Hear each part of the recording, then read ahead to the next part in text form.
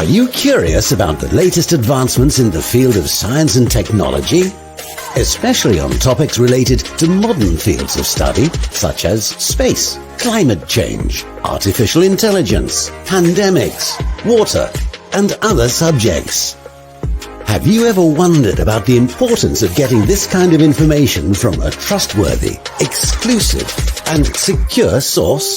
ये मोती हमें समुद्र में पाए जाने वाले सीप के अंदर से मिलते हैं, जो कि बहुत ही कीमती होते हैं। लेकिन क्या आपको पता है कि सीप के अंदर ये मोती कैसे और किस चीज से बनते हैं? अगर नहीं तो चलिए जानते हैं। दरअसल दोस्तों, समय के साथ साथ एक सीप का साइज बढ़ना भी जरूरी होता है। इसीलिए सीप अपने हार्ड शेल को बनाने के लिए एक लिक्विड मटेरियल तैयार करता है, और मोती के बनने का प्रोसेस तब शुरू होता है जब कोई बाहरी सब्सटेंस सीप के अंदर एंटर करता है। ये बाहर से आया हुआ सब्सटेंस सीप में इरिटेशन पैदा करता है, जिस कारण सीप और ज्यादा मात्रा में उस लिक्विड मटेरियल को रिलीज करता है, जिसकी लेयर से वो बाहर से आया हुआ सब्सटेंस ढक जाता है, और उसके कई सालों बाद हमें सीप के अंदर से मोती मिलता है। ये बात तो सभी जानते हैं कि मधुमक्खियां शहद बनाती हैं, लेकिन अब सवाल आता है कि आखिर मधुमक्खियां शहद बनाती कैसे हैं? दरअसल दोस्तों, सबसे पहले मधुमक्खियां शहद बनाने के लिए ऐसे फूल को ढूंढती हैं जिस पर नेक्टर होता है। मधुमक्खियां इस नेक्टर को अपने डंक के जरिए चूसती हैं। जब नेक्टर से मधुमक्खी का पेट भर जाता है तो वो वापस अपने छत्ते में चली जाती है, और वहाँ वो अपने मुंह से दूसरी मधुमक्खी के मुंह में नेक्टर को डाल देती है, और वो दूसरी मधुमक्खी नेक्टर को तब तक चबाती है जब तक नेक्टर शहद में नहीं बदल जाता। कछुए के अंडे से जब बच्चे निकलते हैं तो उन्हें कई खतरनाक मुश्किलों का सामना करना पड़ता है। दरअसल जब एक मादा कछुआ रेत में गड्ढे बनाकर उसमें अंडे देती है तो मादा कछुआ उन्हें रेत से ढककर समुद्र में वापस चली जाती है, और दोबारा कभी अपने अंडों को देखने तक नहीं आती। फिर 60 से 70 दिन के बाद बच्चे अंडों से बाहर निकल आते हैं, लेकिन रेत के नीचे दबे होने के कारण 60% बच्चे रेत से बाहर नहीं आ पाते और वहीं दबकर मर जाते हैं। इनमें से केवल 40% बच्चे बच पाते हैं, और ये बचे हुए बच्चे समुद्र की तरफ बढ़ने लगते हैं, और वहीं नजरें गड़ाए बैठे रहते हैं आसमान के खतरनाक शिकारी बाज और गिद्ध, जो कि इन कछुओं की धीमी चाल के कारण इन्हें अपना शिकार बना लेते हैं। जिसके बाद केवल 20% कछुए ही समुद्र तक पहुँच पाते हैं और जिंदा बच पाते हैं।